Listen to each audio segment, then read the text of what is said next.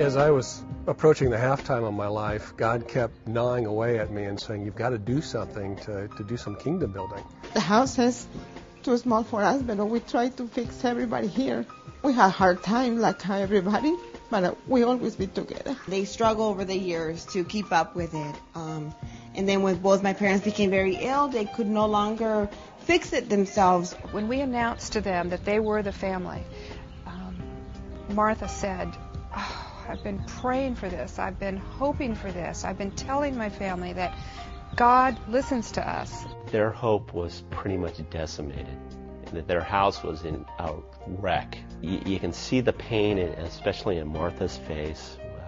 Martha suffers from lupus. She just broke down. It made my heart swell and made me realize that this is just a fantastic thing that we're talking about doing. I just want to start here at the entry. We've got some water intrusion that's occurred from a prior leaky roof.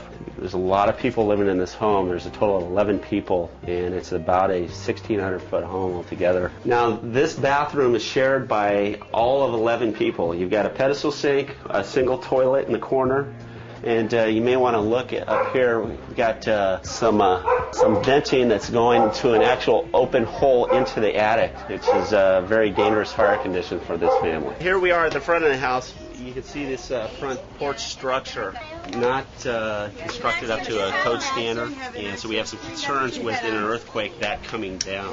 I was touched by the fact that people inside their own trade were giving back, and it made me think, well, I've done okay too, it's my turn to give something back, and from there it just moved on. At every step of the way, when a need was defined and we lifted it up, God brought the right person, the right skill set to make it happen.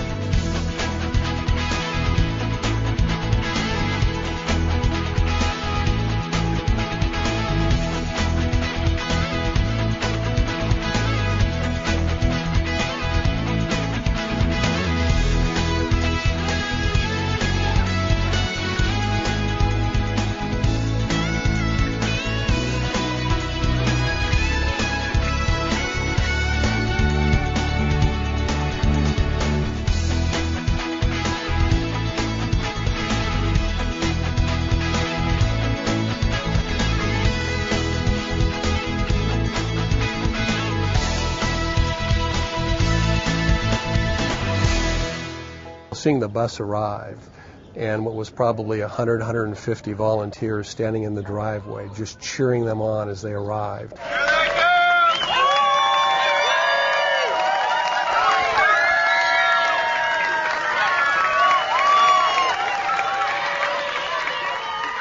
Just to see Martha come off the bus again in tears, just for tears of joy at this point, and then come up and give me this hug that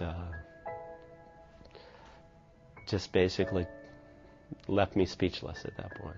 They were just so thankful and so overwhelmed by what they were seeing in front of them and the number of volunteers that were there to support them.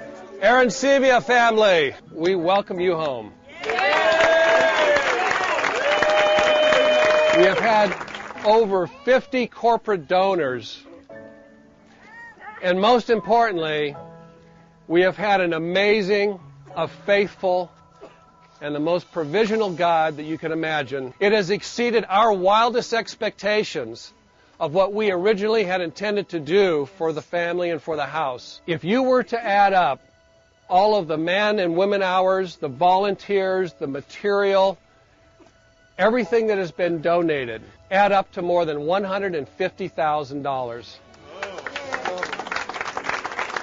This is your parents' home, Samuel and Alicia, and in their honor, we want to present you with a token that says Rededication in Loving Memory of Samuel and Alicia Arancibia, January 2005. Martha, here's the key to your new home.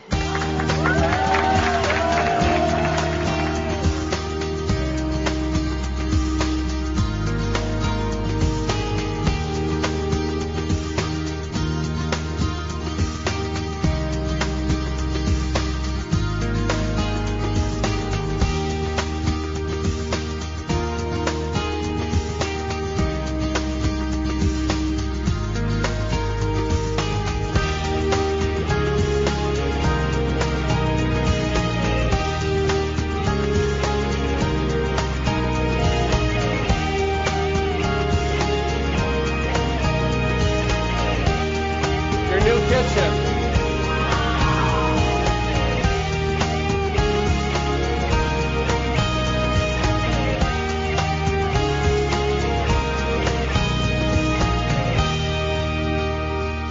This is a reward that you don't get by going to your 9-to-5 job and getting pounded on by your boss and missing your deadlines. You are surrounded in this sea of joy, this sea of hope, and you will drink from it. You will gain a lot from it. You just get hooked. It's plain and simple. You get hooked. And I want to do more, and I want to do them faster. And there's so many people out there that are in need. Our mission is to change lives for Christ. We just happen to do it by improving the living conditions of those in need. There's too many things I can express. There is it's a hope for people. You really need. This is the promise of God. Hope means to keep the faith, and hope means that miracles do happen. One of our volunteers, Pete Arnold, summed it up so beautifully. He sent an email the following day, something to the effect, sore backs, bloody hands, dirt still under the fingernails, but heart soaring like never before. And that just says it all.